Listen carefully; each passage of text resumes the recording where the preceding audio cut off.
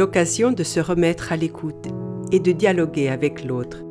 Expérience concrète de communion d'un peuple en chemin. C'est cela la synodalité, un style de vie, une manière d'être dans l'Église en participant activement à sa mission, comme cela a déjà été expérimenté dans les étapes précédentes du synode. C'est ce qu'ont raconté quelques évêques de différents pays qui, dans leur diocèse, vivent au quotidien ce parcours.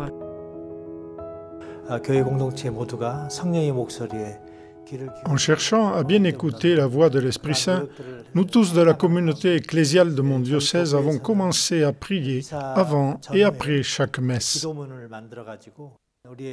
Ensuite, dans notre parcours synodal, je m'engage à cheminer avec le peuple de Dieu. Le jour de leur fête, j'invite les prêtres à l'évêché pour un repas. Et parlant avec eux, je cherche à écouter leurs difficultés.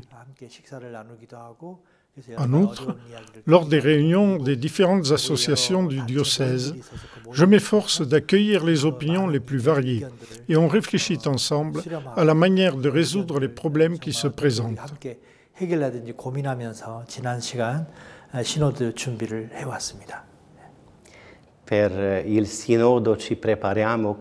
Pour le synode, nous nous préparons par la vie. De temps en temps, nous avons besoin de faire quelques petits pas, d'être plus attentifs aux autres. Avec les jeunes, nous avons préparé un programme œcuménique très important. Chaque jour, il y avait quelque chose à changer parce que quelqu'un pensait d'une autre manière. Nous devions être très attentifs à ce qui allait le mieux pour l'autre. Cela nous a beaucoup demandé. Quelques petits pas. Par exemple, nous avons organisé une grande procession dans toute la ville, dans toutes les églises. Et avant cela, nous avons demandé aux prêtres de ne pas parler de l'histoire de leur église à ce moment-là, parce que l'après-midi était consacré à la prière.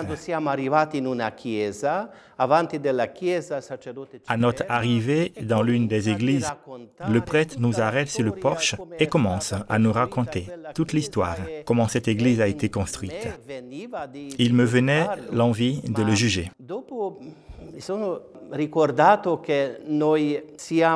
Mais je me suis souvenu que nous nous étions engagés à vivre l'amour réciproque, sans juger l'autre. Et lorsqu'il eut terminé, en entrant dans l'église, il m'a chuchoté.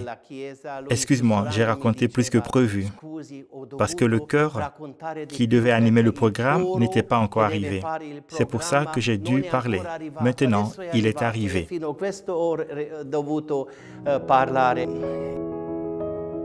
À l'issue des étapes diocésaines et continentales du synode, s'ouvre à présent l'étape universelle.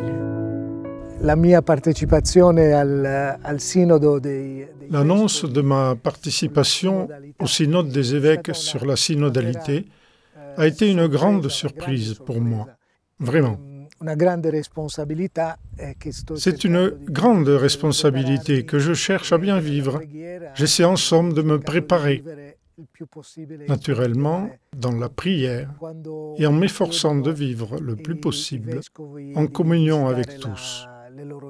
Lorsque les évêques me demandent de venir dans leur diocèse, j'essaie d'être à l'écoute, d'écouter la réalité locale. Et si possible, je demande aussi d'avoir une rencontre avec les prêtres, le presbytérium, avec les laïcs, avec les mouvements ecclésiaux, avec les religieux et les religieuses, non pas pour prêcher, mais plutôt pour écouter et pour répondre un peu à leurs questions dans un esprit de dialogue. Alle loro domande in un piano di dialogo, no?